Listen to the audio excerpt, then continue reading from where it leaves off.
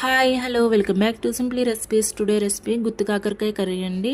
చేదు లేకుండా ఎలా చేసుకోవాలో ఈ వీడియోలో చూసేద్దాం. ముందుగా ఒక హాఫ్ కేజీ కాకరకాయలను తీసుకుని వాటర్లో వేసుకుని కడుక్కుని పక్కన పెట్టుకోవాలండి. ఇప్పుడు కాకరకాయలని మధ్యలో కోసుకుని పక్కన పెట్టుకోండి. ఇప్పుడు మిక్సీ జార్ తీసుకుని ఒక పెద్ద సైజు ఆనియన్ కట్ చేసుకుని మిక్సీ జార్లో వేసుకుని ఒక స్పూన్ జీలకర్ర, అలాగే 4 వెల్లుల్లి రెమ్మలు, రుచికి సరిపడేంత ఉప్పు, 1 స్పూన్ పసుపు, అలాగే 2 స్పూన్ల కారం, కొద్దిగా ధనియాలు, అలాగే కొద్దిగా జీడిపప్పు వేసుకుని మిక్సీ పట్టుకోవాలండి. ఇప్పుడు ఆనియన్ పేస్ట్ని మనం ముందుగా కట్ చేసుకున్న కాకరకాయల్లోకి మధ్యలో పెట్టుకుని క్లోజ్ చేసుకోవాలండి. ఇలా మొత్తం అన్ని క్లోజ్ చేసుకున్న తర్వాత మనం స్టవ్ వెలిగించుకుని ఆయిల్ హీట్ ఎక్కాక ఇప్పుడు కాకరకాయలు అనేవి ఆయిల్లో వేసేసుకోవాలండి. ఇప్పుడు మిగిలి ఉన్న ఆనియన్ పేస్ట్ని కూడా కాకరకాయల మీద వేసుకుని లో ఫ్లేమ్లో ఒక 20 నిమిషాలు ఉడికించాలండి. కొద్దిగా కరివేపాకు వేసుకుని గార్నిష్ చేసుకుంటే అయిపోతుంది.